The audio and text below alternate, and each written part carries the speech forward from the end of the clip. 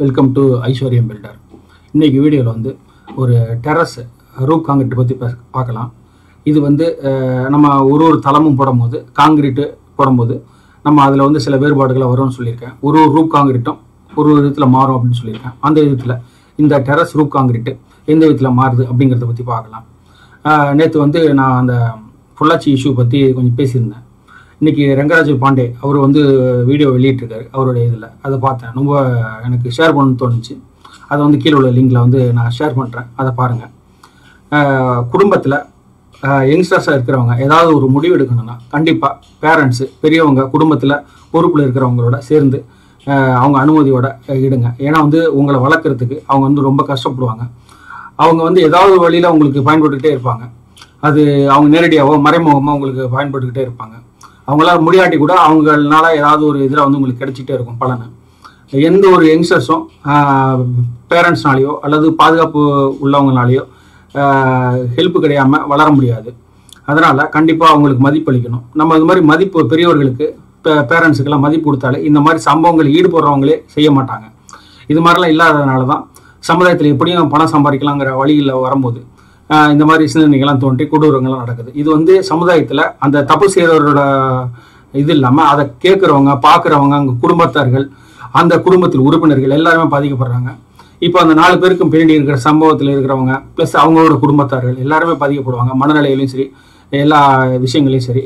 இப்போ நம்ம ஒரு நாள் பேசிட்டு விட்டுடுவோம், இருந்தாலும் அந்த குடும்பத்தாரை வந்து சமுதாயமும் ஒதுக்கி வைக்கும். அது ஒரு பெரிய தண்டனையாக இருக்கும். அவங்க ஒரு காய்கறி கடைகளை போய் காய்கறி வாங்க முடியாது, ஒரு நண்பரோட பேச முடியாது.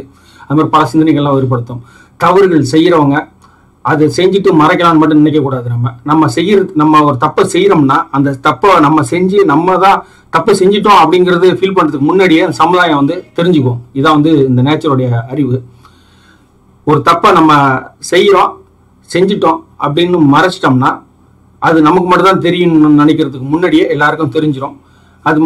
அதே மாதிரி விட்னஸ் வந்து ஒரு தப்பு செஞ்சுட்டாங்கன்னா கண்டிப்பாக ஒரு விட்னஸ் விட்டுட்டு போவாங்கிறது வந்து நியதி.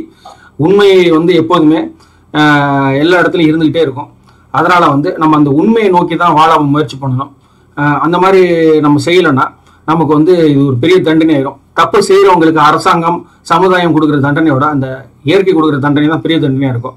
அது வந்து நிறையா தப்பு செய்தவங்களார பழகி நான் கேட்டப்பட்ட அனுபவம் அது. அவங்க வந்து புலம்புவாங்க. தவறு செஞ்சிட்டான்னாக்கா அவங்களே தனியாக இருக்கும்போது பழகும் போது பேசும்போது அவங்க தனிச்சு அதை போய் ஒத்துக்காட்டியும் இருந்தாலும் அதை பற்றி ஒரு மறைமுகமாக சொல்லிகிட்டே இருப்பாங்க. அந்த மாதிரி பாதிப்புகளை ஏற்படுத்தும். அதனால் தப்பு செய்கிறது அவலம் படுறது அதெல்லாம் வந்து ரொம்ப கொடூரமான தண்டனை. அது செய்கிறதே பெரிய தண்டனை. அதுதான் நான் சொல்ல வரேன். இதை பற்றி இனிமேல் நான் அதை பற்றி பேச வரல. நம்ம அதனால் நல்ல வழிகளில் எல்லாருக்கும் பயன்படக்கூடிய வழிகளில் சம்பாதிப்போம். அந்த பணத்தை குடும்பத்தோட சமுதாயத்தோட சேர்ந்து அனுபவிப்போம்.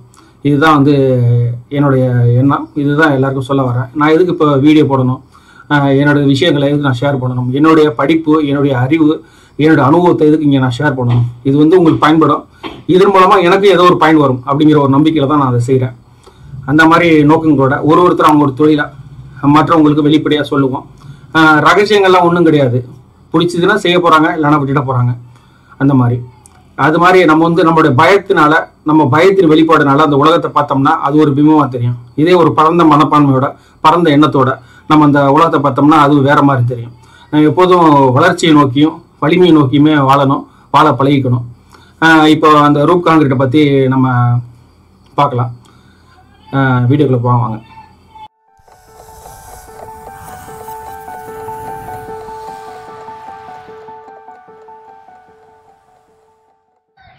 இப்போது இந்த ரூப்பில் என்ன புதுமை அப்படின்னு பார்க்கலாம். நம்ம ஒரு ரூப்லேயும் காங்கிரீட் போடும்போது ஒரு ரூப்பும் மாறும் அப்படின்னு சொல்லியிருக்கேன்.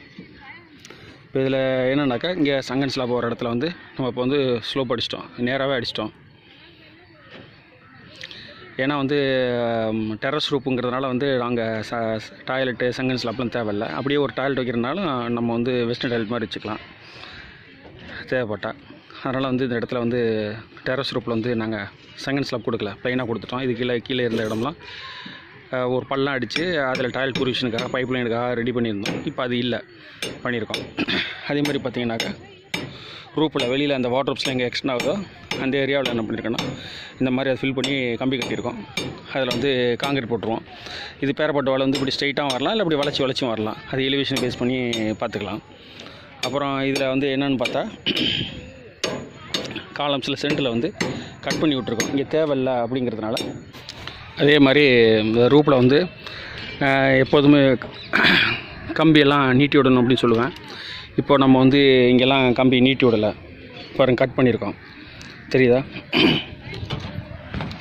தேவைப்பட்டால் தான் நீங்கள் வந்து டெரஸில் வந்து கம்பியெல்லாம் மேலே நீட்டி விடணும். அது இப்போ ஒரு டம்மி காலம் போட்டு பில்லரை ஃபில் பண்ணணும். இது வந்து நாங்கள் ஃபினிஷ் பண்ணிட்டோம். ரூப்பு மேலே எல்லாம் எக்ஸ்ட்ரா பண்ண போகிறதில்ல. அந்த மாதிரி இருக்கிறதுனால வந்து என்ன பண்ணுறோன்னா காலம்ஸ்லாம் எண்ட் ஆகிடும். இதில் காங்கிரீட் வந்துடும். கரெக்டாக எக்ஸாக்டாக 10 இதில் அந்த பீம்ஸ் உள்ளே வந்துடும், காலம் கம்பி வந்துடும்.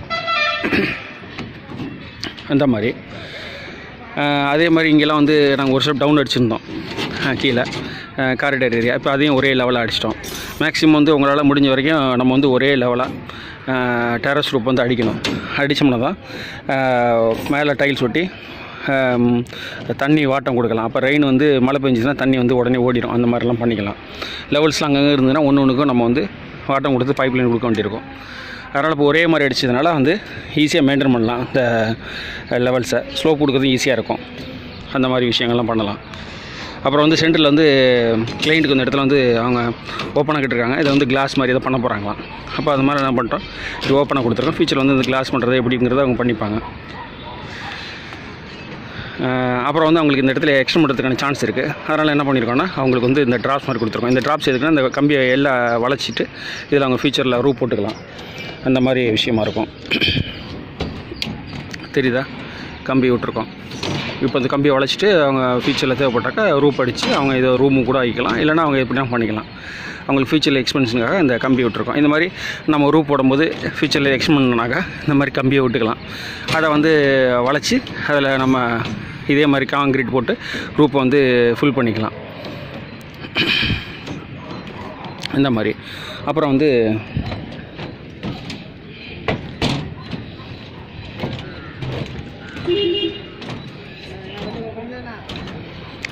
இங்கே என்ன பண்ணியிருக்கோம்னாக்கா கல் வச்சுருக்கோம். அந்த சென்ட்ரிங் அடித்து பலகையில் கல் வச்சுருக்கோம். இந்த கம்பி வந்து கன்சீல்டு பீம் ஒன்று போகுது. இது எதுக்குன்னா இங்கே வந்து இந்த பக்கத்தில் வந்து இந்த வீட்டுக்கு வந்து வென்டிலேஷன் போகக்கூடாது, டாய்லெட் வென்டிலேட்டர். அதனால் நம்ம அந்த ரூப்லேயே இது இந்த வீட்டு கீழே வந்து டாய்லெட் இருக்குது. இந்த டாய்லெட்டுக்கோட வென்டிலேஷன் வந்து இந்த ரூப்லேயே போகிற மாதிரி பண்ணியிருக்கோம். இப்போ அட்ஜாயிண்ட் வாலில் இந்த வாலில் வந்து இங்கே தான் வென்டிலேஷன் ஆக்சுவலாக டாய்லெட் வென்டிலேட் வரணும். இங்கே பொசிஷன் கொடுக்க முடியாதனால சீலிங்கில் ஒரு ரைஸ் பண்ணி ரூப் போட்டு அதில் சைட்லேருந்து லைட்டிங் வென்டிலேஷன் வர மாதிரி பண்ணுறோம். அது ஃபினிஷ் பண்ணும்போது அது ஒரு காட்டுறேன், வீடியோ போடுறேன். அப்புறம் ஜென்ரலாக எலக்ட்ரிக்கல் பாயிண்ட்ஸு கிளைண்ட் வந்து ரூப் போகிறதுக்கு முன்னாடியே ஒரு நாள் முன்னாடி எங்கெங்கெல்லாம் வேணும், என்னென்ன பாயிண்ட்ஸு, ஸ்பாட் லைட் வேணுமா, குழந்தைங்க ஆட்டுற தொட்டில் வேணுமா, ஃபேனு, லைட்டு, வேறு எதுவும் பொரிவிஷன் எக்ஸ்ட்ரா பொரிவிஷன்லாம் வேணுமா அப்படிங்கிறத வந்து முதல்ல சொல்லி ஃபுல்லாக மார்க் பண்ணிடணும். ரூப்பில் மார்க் பண்ண பிறகு அதுக்கப்புறமால அவங்க அதை பேஸ் பண்ணி எலக்ட்ரிஷன் வந்து பைப் லைன் வைப்பாங்க. சில பேர் சீலிங்கில் கூட ஷவர் பாத் வைப்பாங்க. அந்த மாதிரிலாம் இருந்ததுன்னா இப்போயே பாத்ரூம்க்கான அந்த பைப்லாம் பொரிவிஷன் கொடுத்துடணும். கீழ் ரூப்லாம் வந்து அங்கங்கே வந்து கன்சல்டி பீம்லாம் வந்துச்சு, காமிச்சிருந்தேன். அது எதுக்குன்னா அங்கங்கே மேலே வால் வந்துச்சுனால ரூம் வந்ததுன்னா அந்த ரூமுக்கு கன்சல்டி பீம் கொடுத்தோம். இப்போ இங்கெல்லாம் எதுவும் இல்லை, ப்ளைனாக தான் அடிச்சிருக்கோம். பீமுக்கு மெயின் பீமில் மட்டும்தான் வந்து மெயின் இடத்துல மட்டும் தான் பீம் வருது. இந்த மாதிரி இங்கே எதுவுமே இங்கே இது பார்த்திங்கன்னா பெரிய ஹாலு. இது பாருங்கள் 2 ஸ்லாப்பு, 2 சைடும் கிராங்க் அடிச்சு, 4 சைடும் கிராங்க் அடிச்சிருக்கு. 4 சைடுமே கிராங்க் அடிச்சிருக்கு. இது மாதிரி பெரிய ஹால். இது வந்து ஒரு 16-17 ஹால் வருது. அதனால் வந்து என்ன பண்ணியிருக்கோன்னா 4 சைடும் 2 சைடுமே கிராங்க் அடிச்சிருக்கோம். 2 சைடும் 2 ஸ்லாப் போட்டிருக்கோம். இந்த ரூப்பில் என்ன நான் புதுசாக சொல்லக்கூடிய விஷயம்னாக்கா, இந்த முதல்ல வந்து இந்த காலம் ரைஸ் பண்ணதை கட் பண்ணியிருக்கோம். இங்கே எங்கேயும் காலம் வராது உள்ளரெல்லாம், ஏன்னா ஃபியூச்சரெல்லாம் எக்ஸ்பெண்ட் பண்ணுறதில்ல. அதனால் ஃபுல்லாக கட் பண்ணிட்டோம். தேவைப்பட்டதான் நம்ம மேலே வரத்துக்கான வைக்கணும், இல்லைன்னா நம்ம கட் பண்ணி விட்டுறலாம், நீட்டாக இருக்கும் டெரஸில். அந்த மாதிரி அதே மாதிரி இங்கே இடத்துல வந்து சீலிங்கில் வந்து டாய்லெட் வென்டிலேஷன் வரும். அது முக்கியமான விஷயம். அப்புறம் கிளைண்ட்டு எங்கே ப்ரொவிஷன் கேட்குறாங்களோ எக்ஸ்டென்ஷனுக்கு அங்கே கம்பி விட்ருக்கோம். இந்த மாதிரி டெரஸ் ரூப் காங்கிரீட் போடும்போது காலத்தை கட் பண்ணுறது வந்து பண்ணலாம்.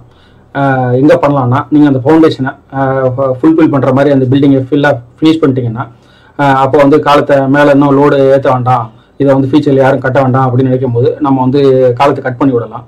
இது எங்கெல்லாம் பண்ணுவாங்கன்னா, அந்த ப்ரொமோட்டர்ஸ் இருக்காங்களா, வீடு கட்டி விற்கிறாங்களா, அவங்க பண்ணுவாங்க. அப்பார்ட்மெண்ட்ஸ்லாம் பண்ணும்போது மேலே யாரும் எக்ஸ்டெண்ட் பண்ணக்கூடாதுங்கிறதுக்காக ஸ்பெசிஃபிக்காகவே பண்ணுவாங்க. சொந்தமாக வீடு கட்டுறவங்களும் அவங்களுடைய அந்த ஃபவுண்டேஷன் வந்து 2 மாடி போடலாம் அப்படின்னா 2 மாடிக்கான ஃபவுண்டேஷன் போட்ட பிறகு அந்த பில்டிங்கை ஃபினிஷ் பண்ணுறீங்களா, ஃபினிஷ் பண்ண பிறகு 3வது மாடிக்கான ப்ரொவிஷன் வேண்டாம் அப்படின்னு நினச்சா கட் பண்ணிடலாம். ஏன்னா அடுத்த வர சந்ததிகள் வந்து அதை வந்து நல்லா ஸ்ட்ராங்காக தான் இருக்குது கட்டுவோம்னு சொல்லிட்டு கட்ட பார்ப்பாங்க. அதனால விபரீதங்கள் நடக்க நல்ல சான்ஸ் இருக்குது. அதனால நீங்கள் எந்த அளவுக்கு ஃபவுண்டேஷன் போடுறீங்களோ அந்த அளவுக்கு வீடுகள் கட்டிட்டாலே அந்த வந்து ரூட் காங்கிரீட்டுக்கான மேலே வந்து ஃபினிஷ் பண்ண பிறகு மேலே காலத்தை வந்து வளர்க்காம கட் பண்ணி விட்டுறணும். அது அடுத்த தலைமுறைகள் வந்து வீடு கட்ட நினைக்கும் போது இது கட் பண்ணியிருக்குன்னா கண்டிப்பாக தெரியும் இது வந்து காலத்தை வந்து ஃபவுண்டேஷனுக்கான பில்டிங் கட்டிட்டாங்க அப்படின்னு. அதுதான் இந்த வீடியோவில் முக்கியமாக சொல்ல வர்றது. அடுத்த மாடி போகணும், ஃபவுண்டேஷனுக்கும் ஸ்ட்ரென்த் இருக்குங்கிற பட்சத்தில் மட்டும்தான் காலத்தை நீட்டி விடணும் அந்த ரூப்புக்கு மேலே. இந்த மாதிரி ரூப் காங்கிரீட் வந்து ஒரு ரூப்புக்கும் உள்ளது மாறும். அதே மாதிரி உள்ளற கம்பி, பீம்ஸு, ரூப் திக்னஸ்ஸு, உள்ளற எலக்ட்ரிக்கல் ஒயரிங் எல்லாமே மாறும். அது ஒரு வீட்டுக்கும் அவங்களுடைய ஸ்பெசிஃபிக்கான ரெக்குவயர்மெண்ட்ஸை பொறுத்து, தேவையை பொறுத்து உள்ளற உள்ள விஷயங்கள்லாம் மாறும். இதை வந்து கண்டிப்பாக ஒரு டெக்னிக்கல் பர்சனோட சப்போர்ட்டோட தான் நம்ம செய்யணும். நீங்கள் சுயமாக வீடுகள் கட்டுறவங்களா இருந்தால் அந்த நேரத்தில் ரூப் காங்கிரீட் போடும் போதெல்லாம் டெக்னிக்கலான ஸ்ட்ராங்கான இன்ஜினியர்ஸு, ஆர்கிடெக்ட்டு எல்லாம் எக்ஸ்பீரியன்ஸ்டு பர்சனை வச்சு ரூப் காங்கிரீட் போடணும். எப்போ ரூப் காங்கிரீட்லாம் போடுறதுக்கு ப்ராப்பரான ஸ்ட்ரக்சரல் டிசைனோட பண்ணணும். ஏதாவது ஃபெயிலியர் ஆயிடுச்சுன்னா அது உயிர் சேதத்தை ஏற்படுத்தும். அது மாதிரி அதனால் வீடுகள் கட்டுறவங்க சொந்தமாக கட்டுறவங்கள கட்டாதீங்க அப்படிலாம் சொல்ல முடியாது. ஏன்னா அவங்க சுய விருப்பம், எந்த ரூல்ஸும் கிடையாது. அதே மாதிரி அது கட்டுறது வந்து அவங்களோட தனிப்பட்ட விஷயம் கிடையாது, அதில் வாழ போகிறவங்களோட விஷயம் கூட. அதனால் கண்டிப்பாக நல்லா ஒரு ரெப்யூட்டடான பர்சன்ஸை வச்சு வீடுகள் கட்டுங்க. இது என்னுடைய அட்வைஸு. சென்னை மற்றும் சுற்றுப்புற பகுதிகளில் நாங்கள் கன்ஸ்ட்ரக்ஷன் பண்ணிகிட்ருக்கோம். இதுதான் எங்களோட மெயின் தொழில். எப்போ எனக்கு ஃப்ரீ டைம் கிடைக்குதோ அப்போ தான் அந்த வீட்டு பிளான்லாம் போடுறேன். 15 லட்சம் ரூபாய்க்கும் கீழே வீடு கட்டணும்னு நினைக்கிறவங்க கீழோட கமெண்ட் பாக்ஸில் உங்களுடைய ரெக்குவயர்மெண்ட்ஸு, உங்களோட சைட்டை வந்து எழுதுங்க. இது வந்து எல்லாருக்கும் பயன்படக்கூடிய ஒரு பிளானை தந்ததுன்னா கண்டிப்பாக நான் அந்த யூடியூப்பில் அப்லோட் பண்ணுவேன். 15 லட்சம் ரூபாய்க்கு மேலே ரெண்டல் ஹவுஸு, டூப்ளெக்ஸு, வில்லாஸு, பங்களாஸு அந்த மாதிரி வீடுகள்லாம் கட்டணும்னு நினைக்கிறவங்க தனிப்பட்ட முறையில் வாட்ஸ்அப்பில், மெயிலில் தொடர்பு கொண்டு ட்ராயிங்ஸ் வாங்கிக்கோங்க. வீட்டு பிளானெல்லாம் கீழே உள்ள லிங்க்ஸில் வந்து நான் வந்து கொடுத்துருவேன் டிஸ்கிரிப்ஷனில். அதெல்லாம் பாருங்கள், பார்த்து பயன்பெறுங்க. இந்த வீடியோ உங்களுக்கு பிடிச்சிருந்ததுன்னா, பயனுள்ள இருந்ததுன்னா உங்கள் நண்பர்கள், உறவினர்கள் எல்லாருக்கும் ஷேர் பண்ணுங்கள். மேலும் அவங்களுக்கும் பயன்படுத்தும். நன்றி, வணக்கம். அடுத்த வீடியோவில் சந்திப்போம். ஃபேஸ்புக்கில் வந்து ஐஸ்வர்யம் பில்டர்னு அடிங்க. எங்களுடைய ஃபேஸ்புக் பேஜை நீங்கள் தொடரலாம். இதன் மூலம் வந்து எங்களுடைய டெய்லி ஆக்டிவிட்டீஸு, ப்ராஜெக்ட்ஸு எல்லாத்தையும் பற்றி பார்க்கலாம் நீங்கள். மேலும் எங்களுடைய வெப்சைட் வந்து aishwaryambuilder.info சொல்லிட்டு இருக்குது. அதை நீங்கள் டைப் பண்ணி பார்த்தீங்கன்னா மேலும் எங்களுடைய கம்பெனி, என்னுடைய ப்ராஜெக்ட்ஸு என்ன பண்ணியிருக்கோம் எல்லாத்தையும் தெளிவாக நீங்கள் தெரிஞ்சுக்கலாம். மேலும் உங்களுக்கு ஏதாவது ப்ராஜெக்ட் பண்ணணும்னு விருப்பப்பட்டீங்கன்னாக்கா நீங்கள் இந்த என்கொயரி ஃபார்மில் ஃபில்அப் பண்ணி நீங்கள் எனக்கு அனுப்புங்க. நான் பார்த்துட்டு உங்களுக்கு கால் பண்ணுறேன். என்கொயரி எதாவது பண்ணணும்னு நினச்சிங்கனாக்கா நீங்கள் வாட்ஸ்அப் பண்ணுங்கள், இல்லது எனக்கு வந்து மெயிலில் என்கொயரி ஃபார்மில் வந்து ஃபில் பண்ணி அனுப்புங்க. நான் பார்த்துட்டு உங்களுக்கு நான் ரிப்ளை பண்ணுறேன்.